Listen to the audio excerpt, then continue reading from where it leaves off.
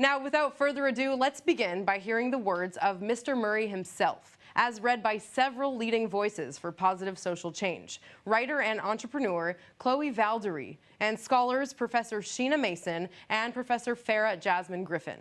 The following passages are from the Omni-Americans, Some Alternatives to the Folklore of White Supremacy, published in 1970.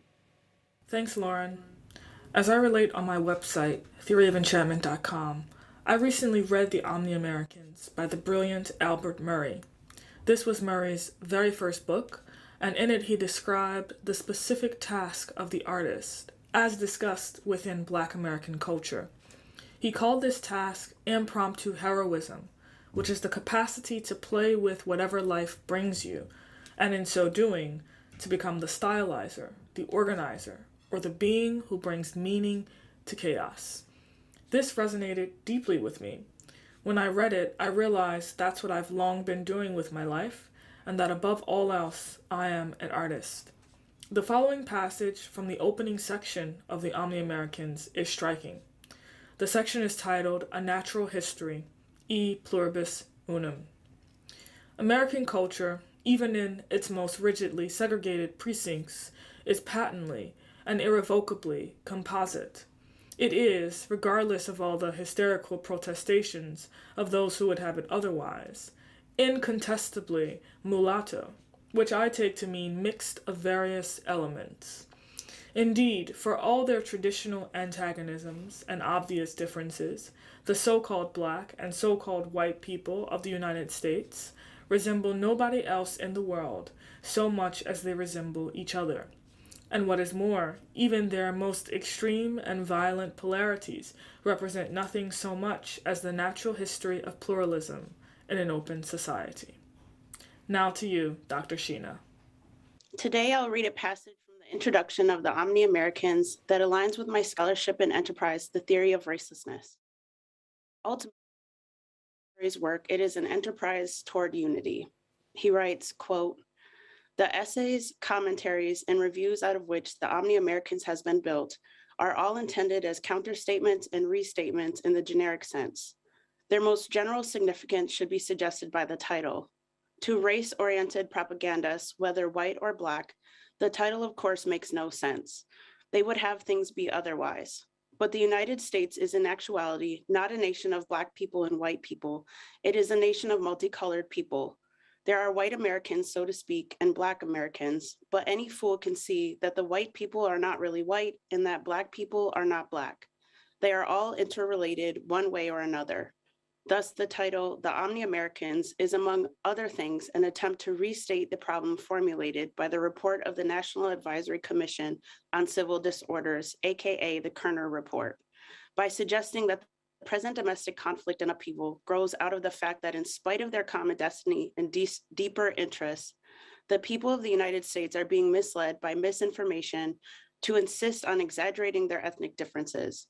The problem is not the existence of ethnic differences, as is so often assumed, but the intrusion of such differences into areas where they do not belong. Ethnic differences are the very essence of cultural diversity and national creativity," end quote. I'll happily pass the mic to Professor Farah Jasmine Griffin of Columbia University. Hi, Farah. I'm looking forward to reading your recently published book, Read Until You Understand the Profound Wisdom of Black Life and Literature. Thank you so much, Sheena. Thank you very much. And thank you for all your work in this area. I've learned a great deal from you. The two passages we've heard involve the fallacy of racial thinking. The passage I'll read from the section titled The Blues, Idiom, and the Mainstream is a beautiful sketch of Albert Murray's artistic and aesthetic ideas, which he extended and elaborated later in such works as The Hero in the Blues and The Blue Devils of Nada. I'm going to take poetic license with the gender designation of parts of what follows, just as female jazz singers often do when adjusting the language of classic tunes in the American Songbook. The section begins, "The creation of an art style is, as most anthropologists would no doubt agree, a major cultural achievement. In fact, it is perhaps the highest as well as the most comprehensive fulfillment of culture. For an art style, after all, reflects nothing so much as the ultimate synthesis and refinement of a lifestyle.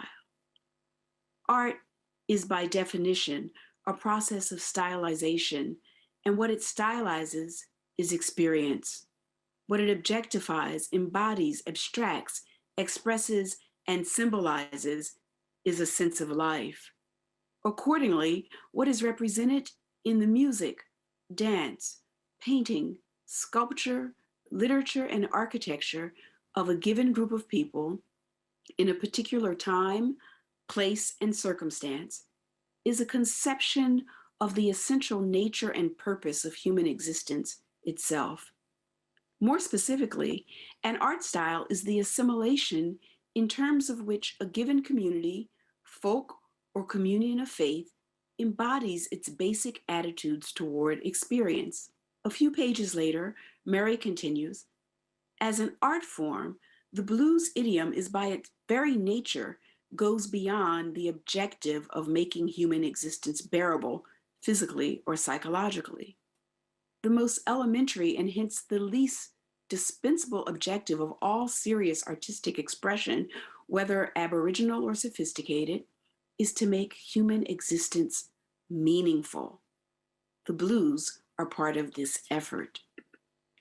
The definitive statement of the epistemological assumptions that underlie the blues idiom may well be the colloquial title and opening of the declaration of one of Duke Ellington's best-known dance tunes from the mid-30s.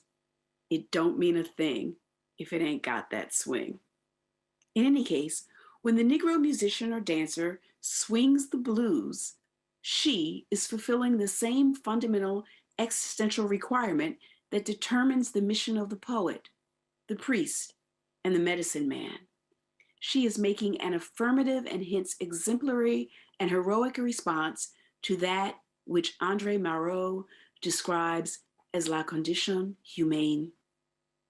Extemporizing in response to the exigencies of the situation in which she finds herself, she is confronting, acknowledging, and contending with the infernal absurdities and ever-impending frustrations inherent in the nature of all existence by playing with the possibilities that are also there. Thus, does man the player become man the stylizer, and by the same token, the humanizer of chaos. And thus does play become ritual, ceremony, and art.